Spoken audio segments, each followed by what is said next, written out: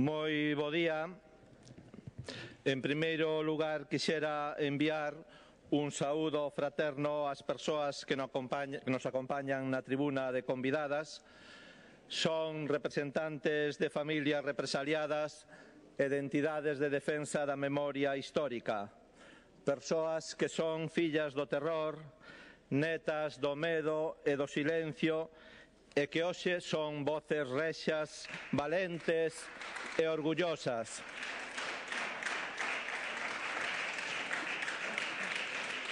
O feito de que se debata no pleno do Parlamento a lei é en grande parte resultado da vosa loita, do voso compromiso, da vosa coraxe e da vosa determinación. Persoas como a vos fan mellores as sociedades e desde aquí vai a todo o noso recoñecemento e a nosa gratitude. Non deixa de ser un paradoxo que esteamos debatendo aquí hoxe esta lei. A primeira pregunta que cabería facer é que pasou, que é o que se fixo tan mal para que 83 anos despois do inicio do terror fascista en Galiza e cando se acaba de celebrar o 40 aniversario da súa sacrosanta Constitución, aínda esta sexa unha materia pendente. Unha anomalía que di moito deste Estado e desta democracia. Por que razón principios e valores universais que dignifican a condición humana, a xustiza, a verdade, a memoria, a reparación, quedaron arrombados, proscritos, prohibidos en nome de non sei que razón práctica. Acaso pode haber algún ben máis grande que o da verdade e o da xustiza? Por que tantas persoas foron asasinadas e logo borradas da historia? Por que se prohibiu facer o do? Por que se prohibiron as vaguas? Poñer flores nunha tumba? Por que nin tan siquera tantas veces houbo tumbas onde chorar os mortos? Por que nunca se fixo xustiza? Por todo isto, precisamos unha lei para dar resposta a estas preguntas, para reparar o mal, para saldar as débedas, para honrar as víctimas do xenocidio fascista en Galiza, para coidar, para sandar as feridas, para recoñecérmonos en valores que nos fan mellores como persoas e como sociedade. Por todo isto, precisamos unha lei. E necesitamos tamén parlamentos, gobernos e institucións que sexan leais a quen deu tanto pola súa existencia. Dixo Juan Gelman que o contrario do esquecemento non é a memoria. O contrario do esquecemento é a verdade. Estamos aquí, pois, para reclamar verdade e memoria. A verdade e a memoria desta muller, desta moza, de Rosario Hernández Dieguez a Calesa, unha rapaza de Vigo de 20 anos. Vendía xornais, era dunha familia humilde, vendía xornais na Rúa do Príncipe. Despois do golpe de Estado do 36, agochouse porque ian a por ela, porque era unha muller que quería ser libre, que se manifestaba e que levaba as bandeiras nas manifestacións. Foron buscala un grupo de falanxistas de Vigo de boa familia. Secuestrárona, torturárona, violárona, mutilárona e sepultaron o seu corpo nas augas da ría de Vigo, preto das Illas Cíes. Por ela queremos que haxa unha lei, para que volva desas aguas frías e profundas, para que volvan as súas ideas, para que volva a luz desta mirada transparente. Rosario Hernández Dieguez a Calesa. Esta lei é por ela e para ela, e tamén é para os protagonistas desta fotografía, unha fotografía borrosa, pero que nunca se podrá borrar da historia. A tribuna que presidía o desfile do Día da República do ano 36 na Coruña. Aquí están o alcalde republicano da cidade, Alfredo Suárez Ferrín, a máxima autoridade militar de Galiza, o xeneral Salcedo Molinuevo, a bibliotecaria feminista Juana Capdevielle, o gobernador militar da provincia Rogelio Caridad Pita e o gobernador civil da Coruña Francisco Pérez Carballo. Os 5 foron asasinados nos 5 meses que pasaron desde o 20 de xullo de 1936. Eles por ser cargos militares e cargos políticos. Ela por ser unha muller feminista, loitadora, combativa, que non tiña cabida nese cárcere social en que o fascismo quería crear para as mulleres. Foi tamén secuestrada, asesinada, violada e tirado o seu corpo nunha cuneta en Rábade, na provincia de Lugo. Por eles, por ela, queremos tamén unha lei. E queremos unha lei para a muller que está nesta fotografía, que é todo un símbolo da memoria resistente deste país.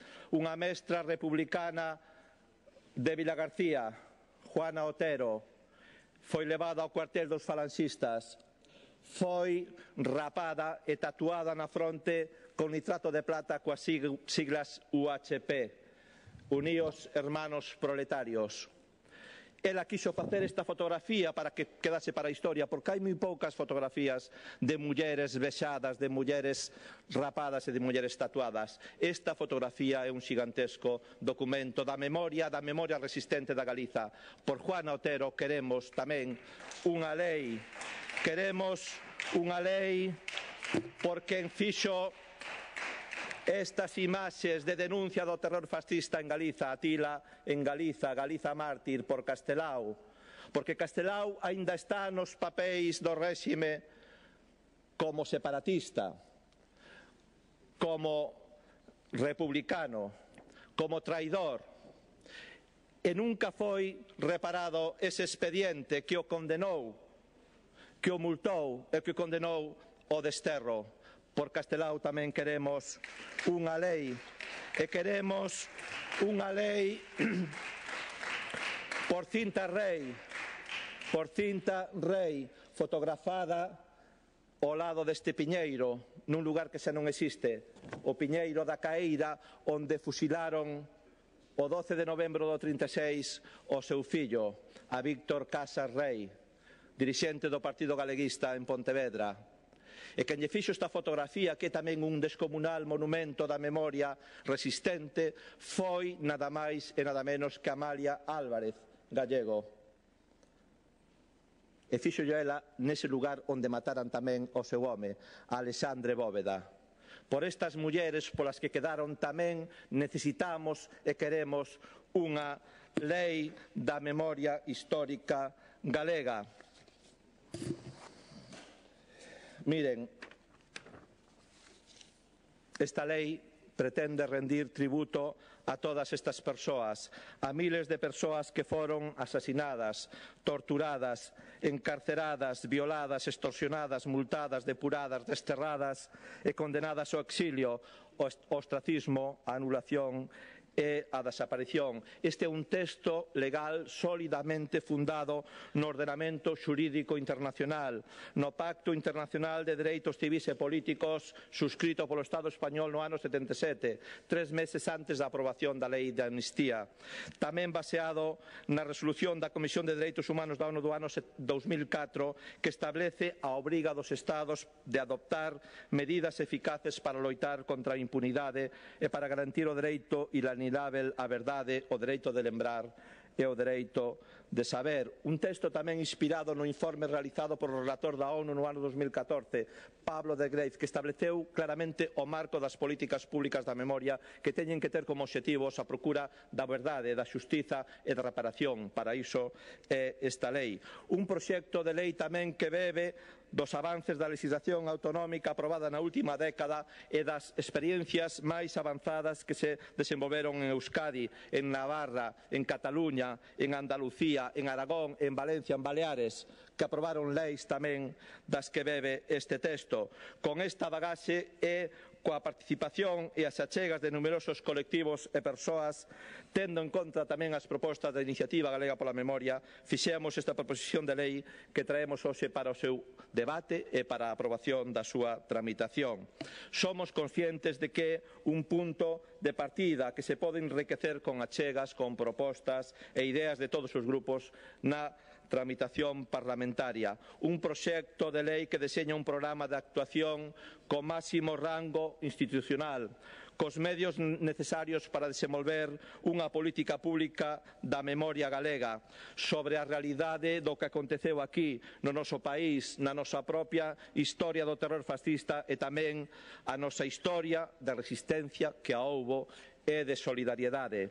Unha política pública continuada no tempo que procure a normalización e a socialización da historia colectiva e que incorpora a imprescindível perspectiva de xénero para recoñecer o triplo papel que tiveron as mulleres como víctimas da represión, como protagonistas da resistencia e da solidariedade e transmisoras da memoria. Un texto legal que ten 69 artigos e 8 disposicións finais que ten como obxectivo facer posible o dereito á verdade, facer posible o recoñecemento, a reparación e a homenaxe mediante unha serie de actos públicos de recoñecemento a todas as víctimas e tamén coa declaración do carácter institucional do Día da Galiza Mártir o 17 de agosto.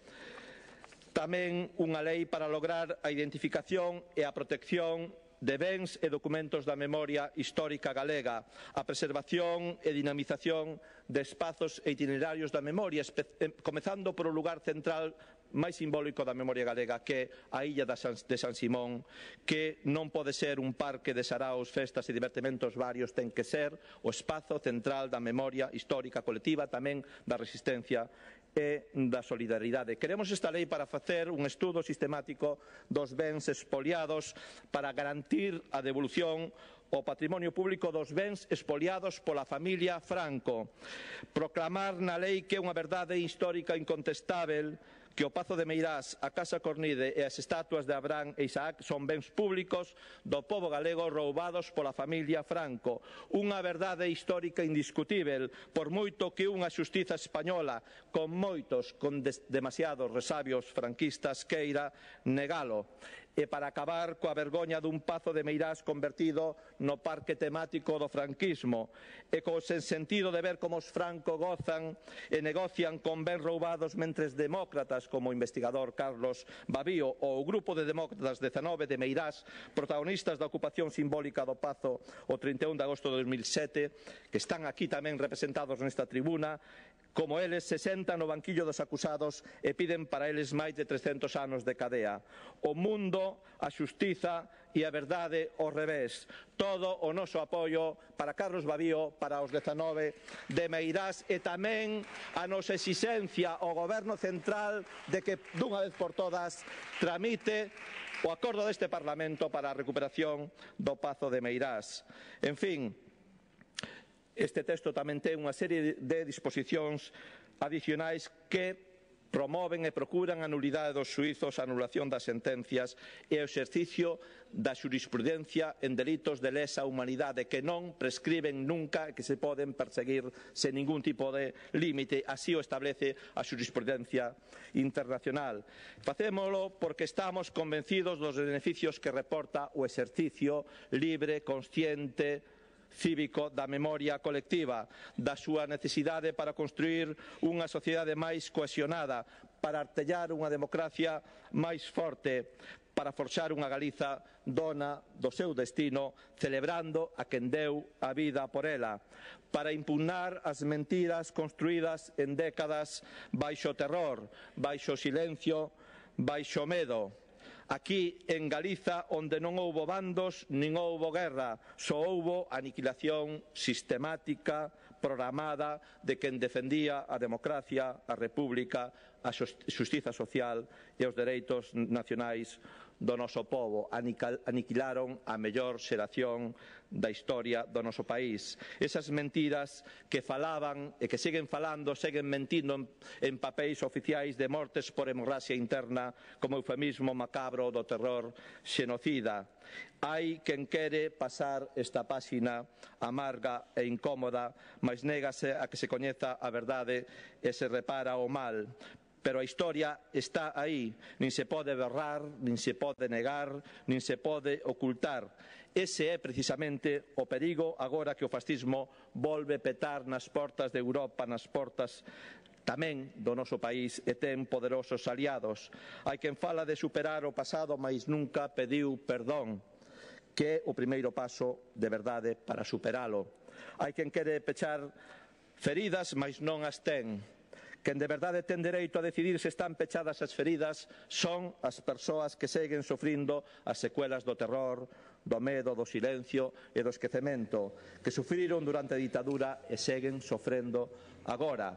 E remato citando a unha muller que é neta de Isolina Vilaverde Cendón, que tamén nos acompaña aquí nesta tribuna. A Isolina matáronlle o home o 23 de agosto de 1936, a Aurelio Torres. E ela é un exemplo dunha muller rexa, dunha muller resistente que nunca cedeu e que transmitiu, ademais, a memoria dese terror.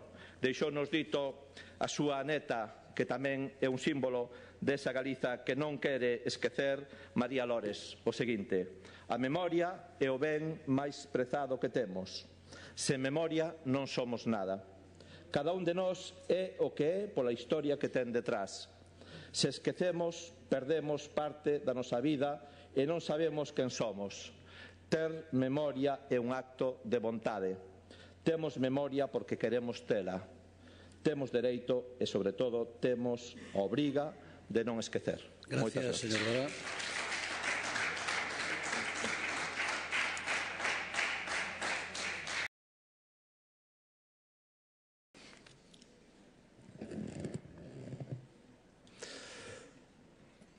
Ben, a verdade é que me parece absolutamente lamentável a intervención do representante do Partido Popular que veu a esta tribuna de novo a botar sal, a botar cal, a botar odio, a botar estrume sobre as víctimas e as súas familias. Algo que é absolutamente coherente coa súa trayectoria. A verdade é que vostedes nunca sorprenden, son absolutamente coherentes. Viñeron aquí a dicir o mesmo que levan dicindo nestas últimas décadas, cando presumen, por exemplo, de non gastar un euro na memoria histórica, porque si había unha lei, era cativa, era insuficiente, pero prevía, vostedes presumían, o señor Raxoi, de non gastar un euro, cando insultaron e humillaron, como fixeron aquí, as vítimas e as súas familias, dicindo, señor Hernando, que apareceron as familias e as asociacións cando había subvención para buscar os seus corpos, os corpos dos seus familiares. É noxento, é indigno, é inmoral. Cando clausuraron a illa de San Simón como illa da memoria e converteron niso que quería ser, non sabemos que a illa do pensamento, a illa do esquecemento, cando asfixiaron o programa Nomes e Voces. E miren, non basta con condenar retóricamente o franquismo, non basta con proclamar, hai que tamén practicar. E vostedes non practican desde logo. E sabemos perfectamente de que lado están, lamentablemente sabemos de que lado están. Vostedes seguen actuando como testaferros ideolóxicos e biolóxicos do franquismo. E dai naceron, dai veñen. Que podemos esperar? Vostedes actúan aquí como aniquiladores, como exterminadores, como enterradores da memoria, da xustiza e da reparación do mandato que lle fixo as Nacións Unidas. Perdone. Vou a parar o tempo. Determinadas expresións... Non saben o... Pero non, vostede o primeiro. Vostede o primeiro e o mellor xe tiña que haber chamado a orde. O se que silencio. Non. Quero dicir, determinadas expresións non creo que sean correctas que se utilicen nesta Cámara. Aquí nadie extermina a nadie. Nadie extermina a nadie. Por lo tanto, esas expresións vamos a retirar do diario de sesións. Vamos a ter un debate como foi, con tranquilidade. Non, a palabra exterminar eu sei o que significa. E eu creo que esa palabra non procede. Por lo tanto, vou a retirar do diario de sesións. Pode continuar. Vamos a ter o debate tranquilos. Hubo respeto nas intervencións e pido o mismo respeto para todos, deste lado e deste lado. Silencio. No, silencio, no, por favor, xa está, silencio. No, silencio. Estamos no debate que estamos aquí. Silencio. Manteño palabra por palabra e punto por punto o que dixen a respecto do papel do Partido Popular como aniquilador, exterminador, da memoria e da xustiza democrática. Pois eu teño que dicir que queda retirada a expresión e chamo yo orde. Que vostedes están aínda instalados en 1977 ou máis atrás, en 1967, en 1950. Esquecen vostedes que houbo resolucións da ONU que son do ano 2004, que houbo informe do relator da ONU que é do ano 2014. Vostedes seguen anclados nese pasado que sí que fede a naftalina do franquismo. Mire, Eduardo Galeano, que foi vítima tamén dunha dictadura, dixo: non hai historia muda. Por moito que a queimen, por moito que a rompan, por moito que a mintan, a memoria humana négase a calar a boca. O tempo que foi segue latendo, vivo dentro do tempo que é, aínda que o tempo que é non o queira ou non o saiba. E así é, por moito que a neguen e a mintan, a memoria négase a calar. Está con nós e non vai renunciar a nada. É unha memoria valente, teimuda, resistente e rexa, a que latexa tamén na voz e no exemplo de Telmo Comesaña Pampillón, que nos acompaña aquí tamén no público, a memoria viva e resistente do seu pai, José Comesaña Pérez, e do seu tío José Comesaña Pérez, asesinados polos fascistas na pasaxe en Vincios o 6 de outubro de 1936, da súa tía Cecilia, que foi rapada polos fascistas, da súa nai Eusebia Pampillón Oitabén, que o criou a ele e a súa irmá, como ten contado, nunha casa triste, con xente enloitada, sen recursos, pero rodeados de moitísimo agarimo pola vosa memoria, pola vosa dignidade e esta lei, e non imos renunciar a nada, a defendela ata as últimas consecuencias. E a de memoria, desde logo, non pode ser unha política efectista ou superflua.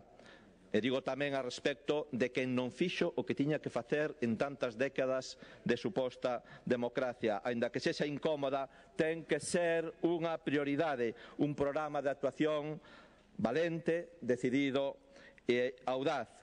E remato, señores e señoras do Partido Popular, dicíndolles que poderán facer valer a forza dos seus votos, mas non van vencer. A súa aritmética parlamentaria será tamén unha derrota da dignidade e da ética, a creba dos valores universais e dos dereitos humanos, dos principios que vostedes non cumpren, que defende a ONU ou o Consello de Europa. Será un fracaso estrondoso da democracia, por moito voto e por moita maioría que teñan. E esa será a victoria das familias das víctimas, a victoria das asociacións que defenden a memoria histórica. Será a nosa victoria, porque non, aseguramos, non descansaremos, non deixaremos nunca de loitar ata que neste país se saiba a verdade e se faga xustiza. Moitas gracias. Señor Lara.